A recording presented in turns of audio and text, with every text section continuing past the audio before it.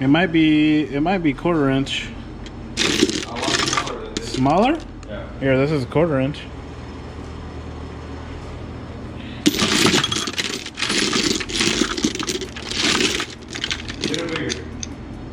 A little bigger. Probably gonna be an 8 then. So.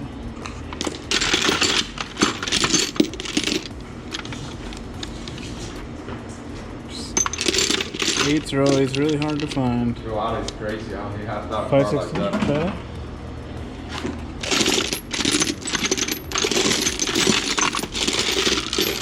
Yep. That's it? Yeah. Sweet.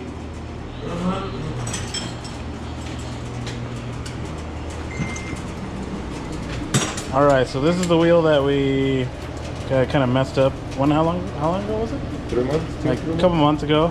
On the black Integra, we broke these bolts while we were driving it. We're going to pull this center out and try to get new bolts in there that they sent us.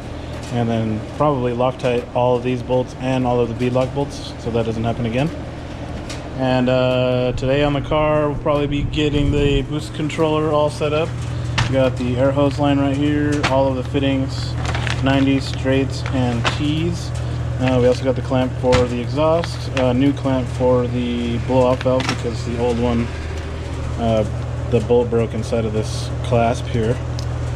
And also a throttle cable bracket, waiting on the throttle cable to show up. Yeah, we're gonna get that stuff done today.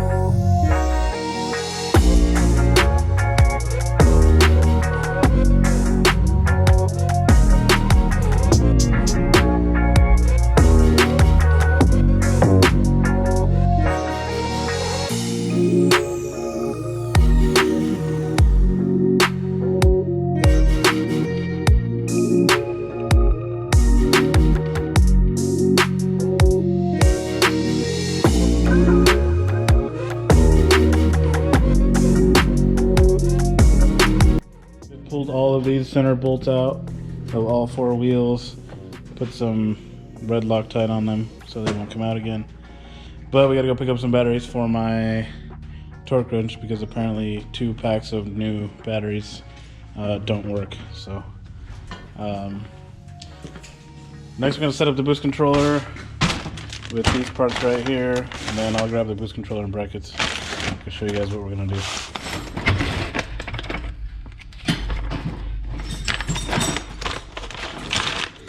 By the way, I got these on Amazon, so you can order them on there. Part number is X002KNLYF. That's 16 pieces. So you have 4 T's, 6 90s, and 6 straights. I think we're only going to need 1 T for our application, but we'll have some extras. And the nylon tube is B074KD1DCH for the part number. I don't know how long it is, but it is 1/4 inch. We are going to use this port on the turbo right here as our source for the boost controllers that are going to go right here. We have a bracket already made right here that I took off my car. We're just going to repaint it because the brake clean kind of took off the paint and get rid of those ugly fittings. And it's gonna go right here on the front of the car. Like I said, we'll use the source for that. And then the wastegate is over here, so we'll probably end up using these 2 bottom ports as our boost controls that go to the controller itself. And that's pretty much gonna be it for the boost control side of it. It's all gonna stay on this side of the car, and then we'll try to keep it away from the heat as much as possible so we don't have any issues. After that, we'll be running a couple of them off of the bottom of the intake manifold down here, one for the fuel pressure regulator and one for the blow-off valve, which will be over here. And then the other ones we just have to cap off. There'll be 3 of them that we're going to not be using, and we're not going to be using this one on the front here, so we're going to cap that one off too. I'm going to get the blow-off valve on the pipe right now so you can get it in here mocked up, and then we can figure out how long of line we'll need there.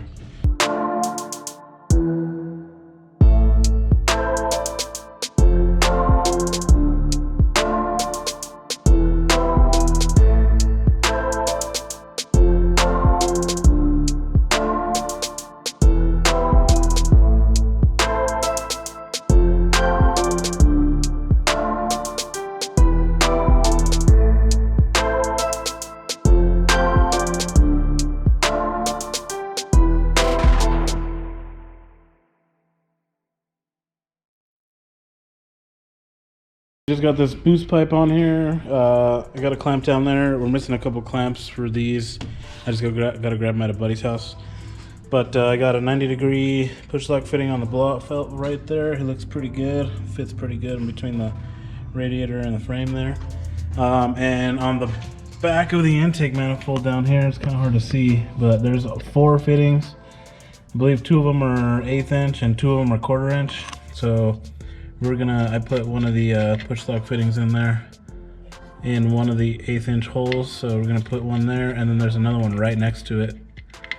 So we'll be using one of those for the blow off valve, and then we're gonna be using the other one for the fuel pressure regulator over here. So we're gonna be putting a push lock in there too, and then it'll just run from here to the back of the intake. And then another one from the intake right here over to the blow off valve. We're gonna cap this guy, and then we're gonna cap the other 2 1/4 or 1/2 inch ones because we're not gonna be using those. It does have another fitting off the edge right here for the booster. So we'll be using that one for the booster. And then this one right here, we're just gonna cap off. We're not gonna be using that one either. So yeah, we're gonna get those done and run those lines real quick.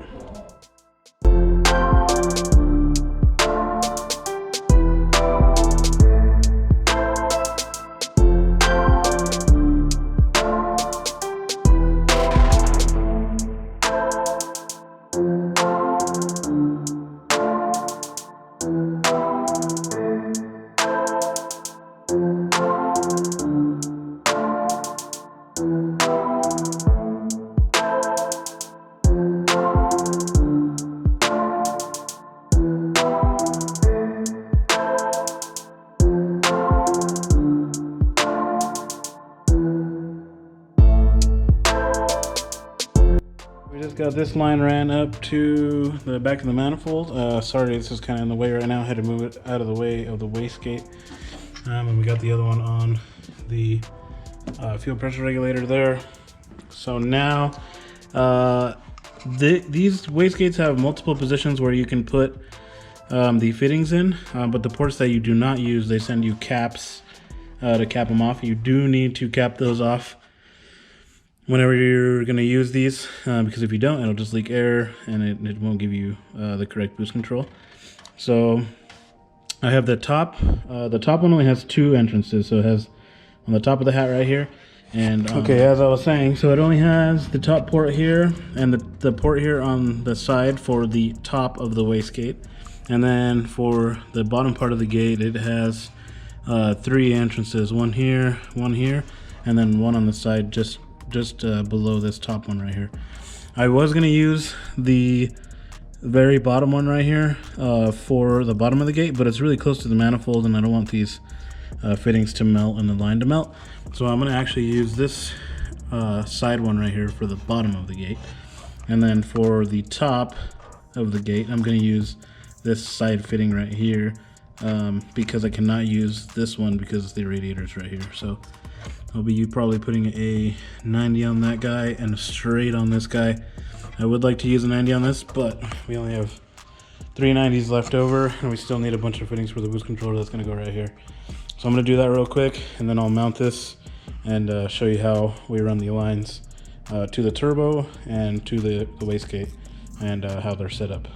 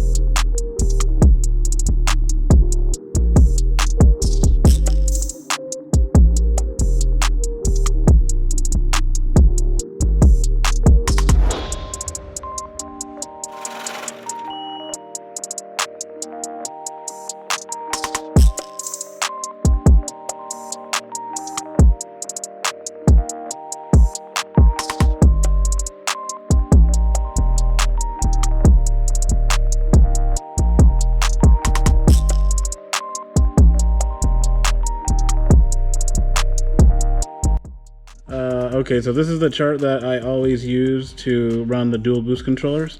So this would be the top boost controller, lower controller, lower controller. So it's gonna come out of the number 1 on this one and go down into the middle of the second one. So this fitting right here come out, go down into the middle here. And that one's the one that gets, that goes to the source on the turbo. So it'll just come out this side and go straight into the fitting on the turbo right there. And then this one, no, the number 2 on the top will go to the top of the wastegate, and the one on the side on this one will go to the bottom of the wastegate, and that's it. I know this diagram shows 2 boost controllers, but, or sorry, 2 wastegates, but you can just obviously not run the other 2 lines because there's only 1 wastegate. But when you're doing dual wastegates, this is how you'd set it up, or you could set it up the same way with one gate. So I'm gonna go ahead and get all these lines set up. I'll show you guys what it all looks like afterwards, once it's all plumbed and stuff. Another thing I wanted to add as well is that we wanted to keep everything as far as boost controller and vacuum lines and everything over here on this side of the car and on the front. That way we didn't have to run any lines up by the timing belt or anything like that. So just to keep it a little cleaner and then easier to service if we need to. So yeah, let's get to doing that.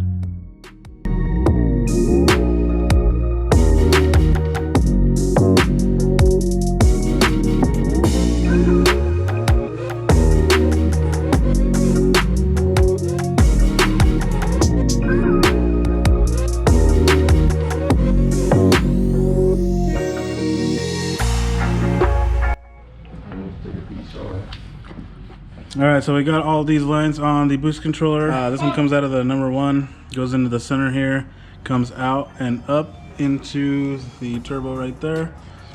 And this one right here on the bottom comes out and goes over the intercooler and into the top of the wastegate right here.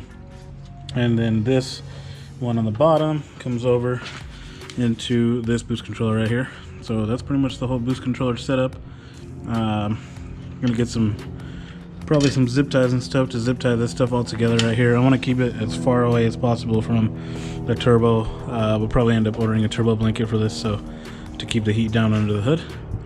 And then the wiring, I got to put a different connector on this. Our harness has a 2-pin Deutsch connector on it.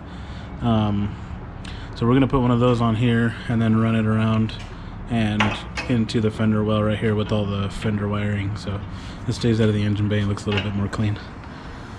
So cool. Yeah, that's all the boost controller setup. Next we are going to run the line from the radiator right here over here through the side of the fender here and through this hole, out through here and then into the back of the coolant reservoir right here, because this is a coolant reservoir and a catch can. So yeah, we'll get that done next.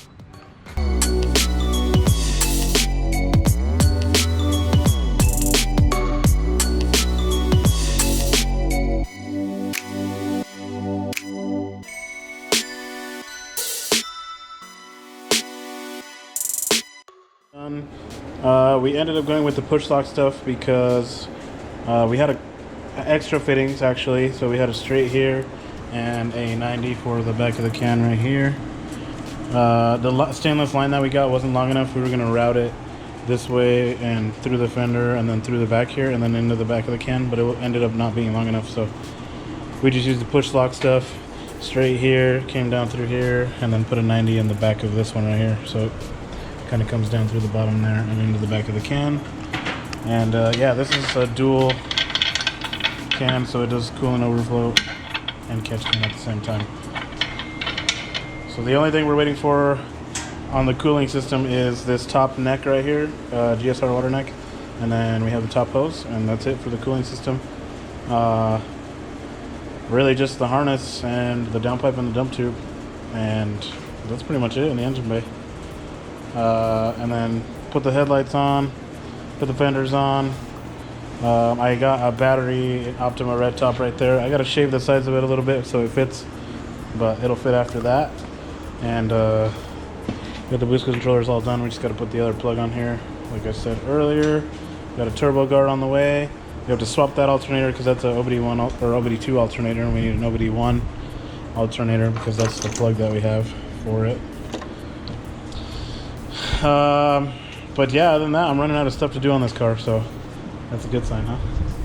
And also putting on the drive shaft, but we're most likely going to be tuning it front wheel drive, so we'll probably get the drive shaft in there and the inserts in the body to get it mounted, and then we'll take it right back off to tune it.